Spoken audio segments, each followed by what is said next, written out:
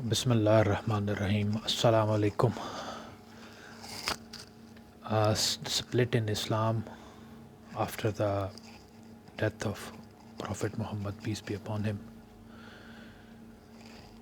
کی تیسری قسط کے ساتھ حاضر ہوں. اچھا، یہ اتنا سینسٹیو ٹاپک ہے کہ ہمت نہیں ہوتی کہ بیان کیا جائے. اتنی زیادہ سینسٹیوٹی ہے اس کے اندر، اور یہ ان شخصیات، اس میں وہ شخصیات انوالو ہیں اس ہسٹری میں، ان ہسٹوریکل فیکٹس کے اندر، کہ اللہ میرا جانتا ہے کہ میں وضو کرتا ہوں، ان کے نام لینے سے پہلے میں وضو کر کے بیٹھتا ہوں. میں باوضو یہ ویڈیوز ریکارڈ کرتا ہوں، یہ جو مجھے کرنی پڑ رہی ہیں، کیونکہ کسی کو تو کرنی ہے، یہ بات کرنی ہے، ہماری آنے والی نسل تک پہنچانی ہے.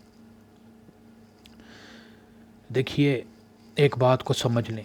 جو رسول اللہ صلی اللہ علیہ وآلہ وسلم نے خود اپنی زبان سے بیان کیا کہ لا الہ الا اللہ، لا الہ الا اللہ، یعنی کوئی خدا نہیں ہے، کوئی اللہ نہیں ہے سوائے اللہ کے، اور میں، یعنی وہ جو خود نے محمد، وہ اللہ کے رسول ہیں، اور وہ عبد ہو و رسول ہو. یہ چیز بھی آتی ہے کہ وہ عبد بھی ہیں، انسان بھی ہیں، اور رسول بھی ہیں. نو ڈاؤٹ کہ وہ افضل البشر ہیں، یعنی ان جیسا انسان کوئی نہیں ہے، تمام انسانوں میں بہترین انسان ہے. تو جب وہ انسان تھے، افضل تھے سب انسانوں میں، معصوم تھے، تو ان کے ساتھ جو جڑے ہوئے ان کے کمپینینز تھے، ان کے ریلیٹیوز تھے، وہ بھی انسان ہی تھے، وہ بھی انسان ہی تھے.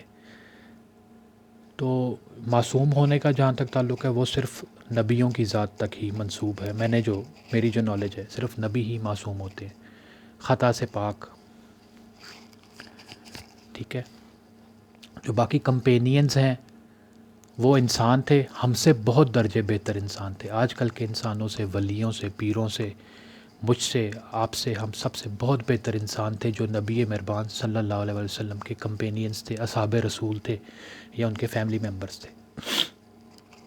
یہ میں تمہید باندھ رہا ہوں کیونکہ بڑی سینسٹیو گفتگو ہے، میرے اپنے ہاتھ پیر کانپ رہے ہوتے ہیں جب میں یہ بات کرنے لگتا ہوں. بہرحال 63 سال کی عمر میں نبی مہربان صلی اللہ علیہ وسلم بیمار ہو جاتے ہیں. ربیع الاول کا مہینہ ہے، اپنے ڈیتھ بیڈ پہ ہیں وہ. مدینہ میں کوئی بھی یہ ماننے کو تیار نہیں ہے، کہ کسی کو عادت ہی نہیں ہے، کچھ سننا نہیں چاہتے، کوئی کان یہ بات سننا نہیں چاہتے کہ نبی مہربان صلی اللہ علیہ وسلم اس دنیا میں نہیں رہیں گے. کوئی آنکھیں یہ دیکھنا نہیں چاہتی کہ نبی مہربان صلی اللہ علیہ وسلم کو ایک دن رخصت ہونا ہے اس دنیا سے. تو بہت عجیب و غریب صورتحال ہے. لوگ گروہ در گروہ، جوک در جوک بیٹھے ہیں مسجد نبوی میں، کیونکہ نبی مہربان صلی اللہ علیہ وسلم کی خواہش تھی کہ مجھے یعنی جو میں اپنا وقت ہے، اپنی بیماری کا وقت ہے، وہ حضرت عائشہ رضی اللہ عنہ کے حجرے میں گزارنا چاہتا ہوں. وہ بیئرلی ایک روم کا ان کا گھر تھا جس میں وہ نے خواہش ظاہر کی، اور وہاں پہ سہارے سے آپ کو شفٹ کر دیا گیا تھا، سہارا دے کے. اچھا،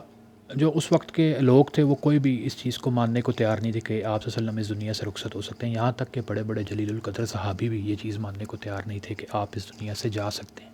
کسی نے تصور ہی نہیں کیا تھا. قصہ مختصر، جو اس وقت موسٹ کلوزسٹ لوگ تھے، جو آپ کے، جن کی رسائی تھی، ایکسیس تھی آپ کے کمرے تک، وہ ان میں ایک خاتون تھیں حضرت عائشہ رضی اللہ عنہ. اور جو میل حضرات تھے، جو مرد حضرات تھے، ان میں حضرت ابوبکر صدیق تھے، حضرت عمر تھے، حضرت عثمان تھے، حضرت علی تھے، اور امیر معاویہ تھے.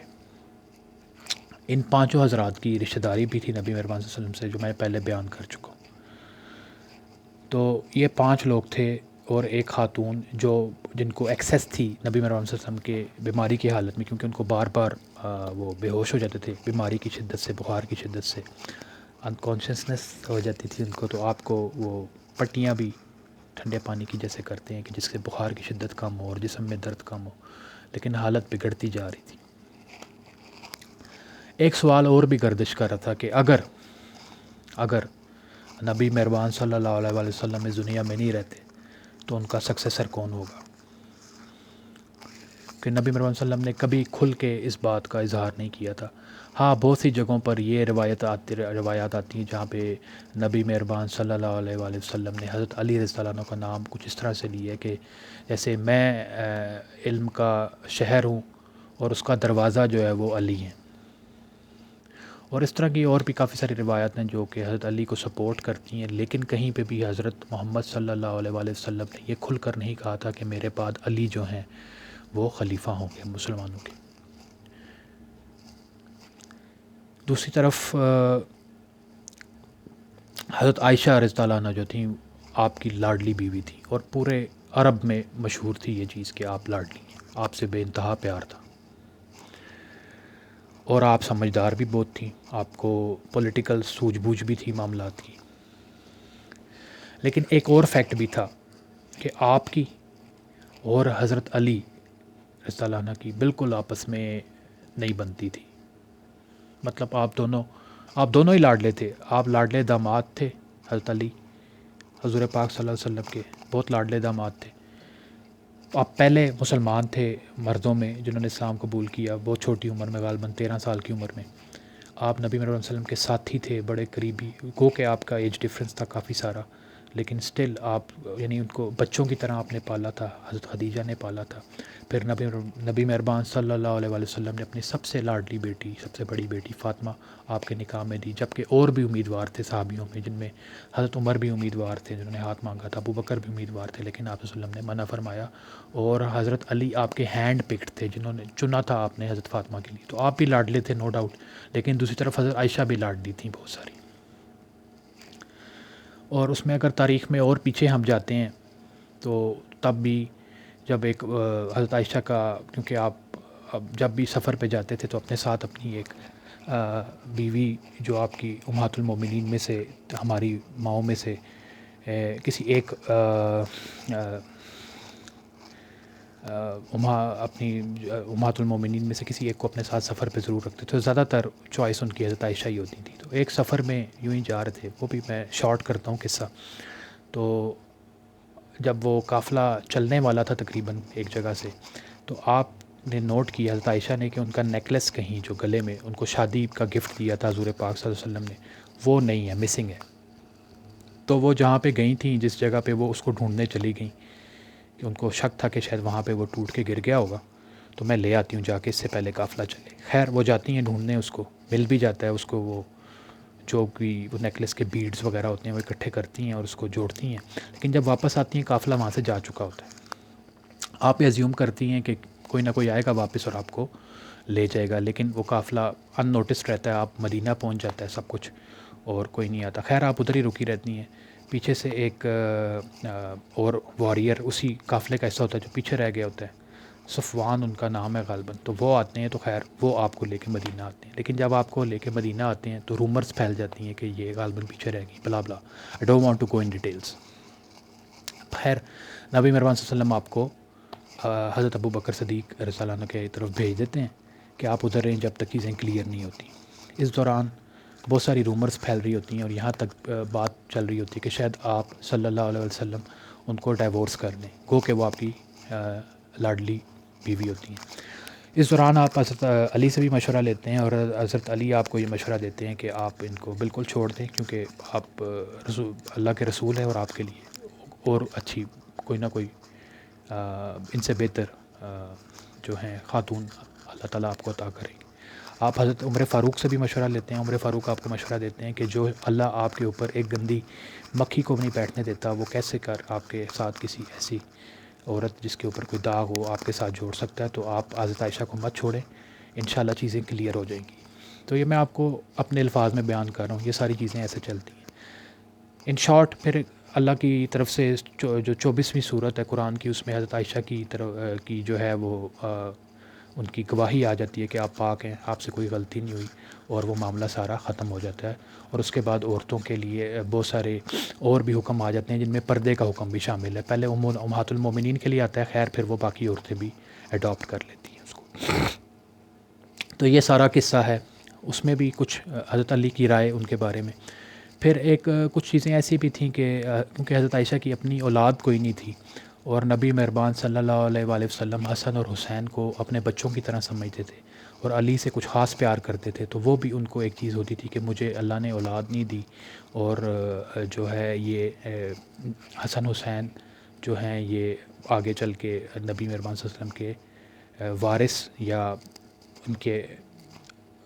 مطلب یہ چیزیں کچھ ایسے کچھ ہوتا ہی ہے، یہ رائیولری ہوتی ہے ہر جگہ پہ۔ میں نے کیونکہ پہلے بتایا کہ یہ لوگ انسان ہی تھے، ہم سے بہت بہتر انسان تھے پر انسان تھے، اور یہ جیلسی فیکٹر ملٹیپل جب آپ کے نکاح ہوتے ہیں تو یہ خواتین کے درمیان فیملیز میں ہوتے ہیں،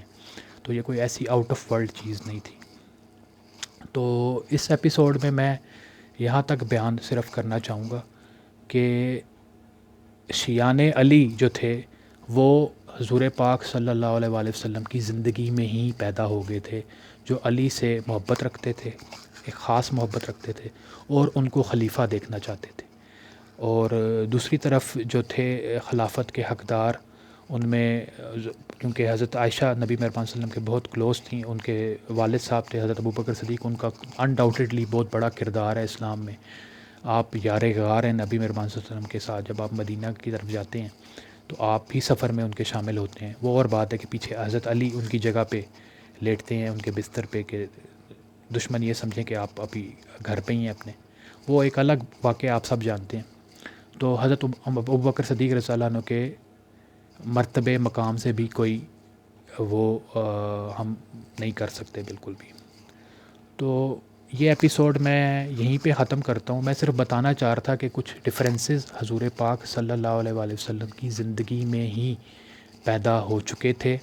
کہ خلافت کا حقدار کون ہوگا،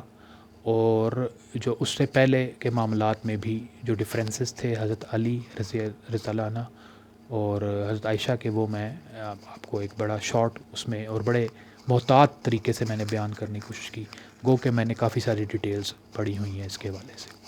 تو یہاں میں آج کی گفتگو کو ختم کرتا ہوں۔ Please try to take it positive, it's just history, I am just trying to tell you کہ یہ ہو جاتا ہوتا ہے، یہ معاملات ہو جاتے ہوتے ہیں، باقی مذاہب میں بھی ہیں، باقی چیزوں میں بھی ہوتے ہیں، آپس میں ڈفرینسز ہو جاتے ہیں، لیکن یہ ہے کہ ان ڈفرینسز کو بیس بنا کے 1400-1500 سال گزرنے کے بعد آج بھی ہم بٹے ہوئے ہیں تقسیم ہے بری طرح سے، اس تقسیم کو ہم نے ختم کرنا ہے اور آگے بڑھنا ہے، کیونکہ جو کچھ بھی ہے ہم سب نبی مہربان صلی اللہ علیہ وسلم کے امتی ہیں اور ایک اللہ کے ماننے والے ہیں، یہ ہماری بیسس ہے۔ باقی جو ڈفرینسز ہیں شخصیات کی پرستی ہے، شخصیات پرستی میں کہوں گا کہ شخصیت پرستی میں پڑھ کے وہ ڈفرینسز سارے بنے، بعد میں جو معاملات بھی ہوئے تو اس کو ہم فردر انشاءاللہ آگے ڈسکس کریں گے۔ تو میں یہ گفتگو یہیں پہ ختم کرتا ہوں۔ I will look forward for your positive constructive feedback, اور اگر کہیں آپ کچھ بہتری چاہتے ہیں کہ کوئی آپ کا فیڈ بیک آپ دینا چاہتے ہیں کہ میں اس،